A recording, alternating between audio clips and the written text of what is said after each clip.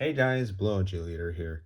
Today, I'm going to show you how you can make your very own Lego narrow gauge engine. Now, this isn't going to be like a video where I just talk about how to make Rusty or how to make Duncan.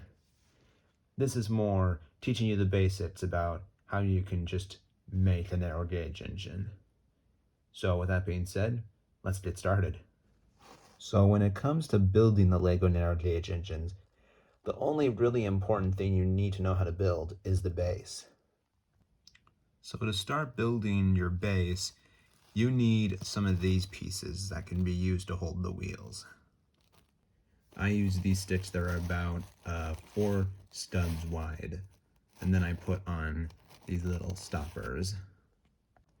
Depending on the kind of engine you make, the size of the wheels might differ. Like they could be small and then use another wheel, or they can be longer. The engine here is going to be the longer type. For the actual wheels themselves, I use these kind of wheels that I can usually find in Technic Legos, or if I'm lucky, a couple of other Legos, and they usually go on like this.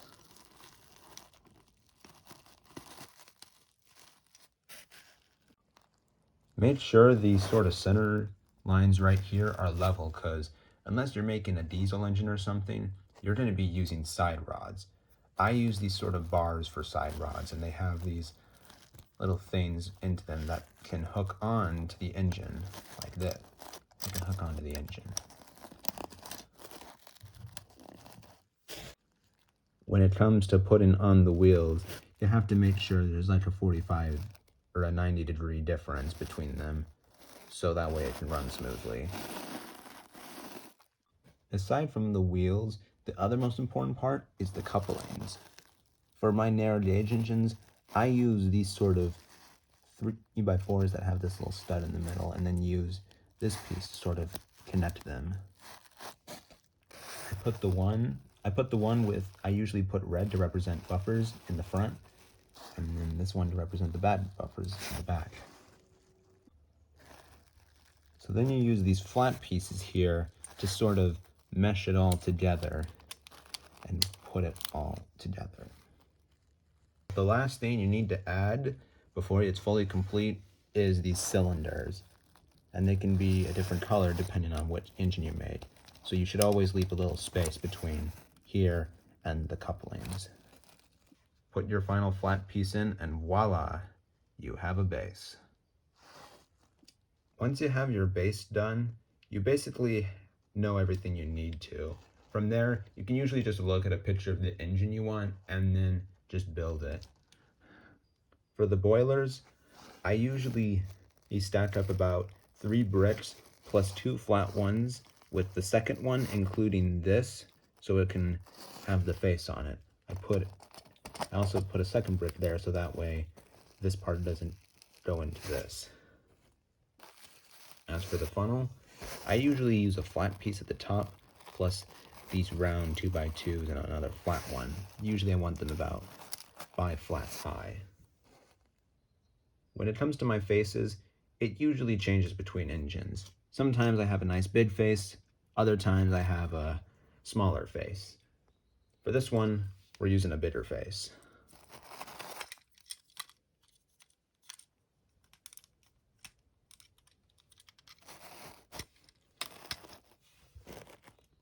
For these faces, I usually have a flat 4x4 plus this sort of round steep one with what looks like a nose.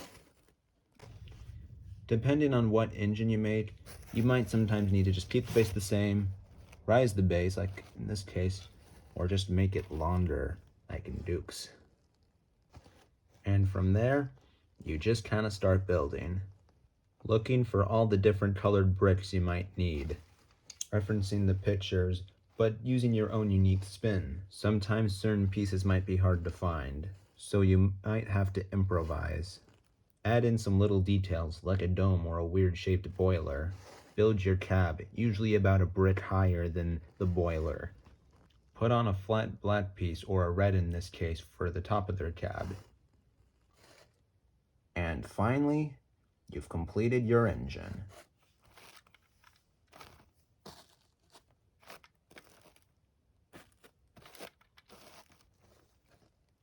But we are not 100% done yet. Now it's time for decals.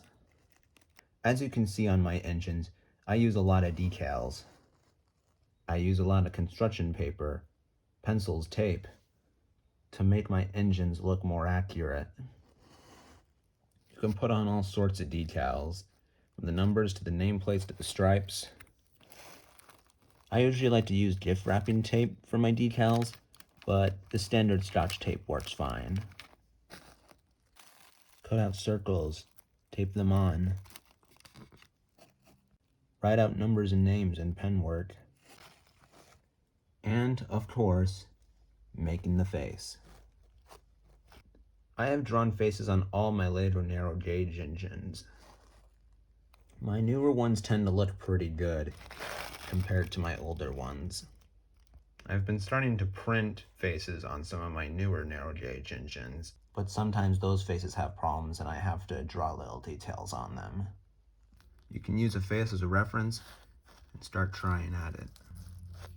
And once you think the face is good, you put 2 rolls of tape on the back, one on the top, one on the bottom, and stick it on.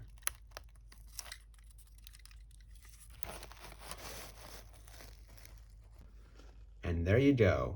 That's how you make a Lego narrow gauge engine. Did you guess who this guy was? That's right, it's Bertram. However, he looks more like a tank engine compared to just being an exact replica of Duke.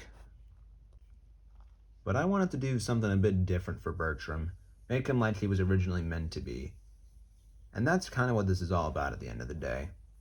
When I first made the Lego narrow gauge engines, I didn't go in a specific order.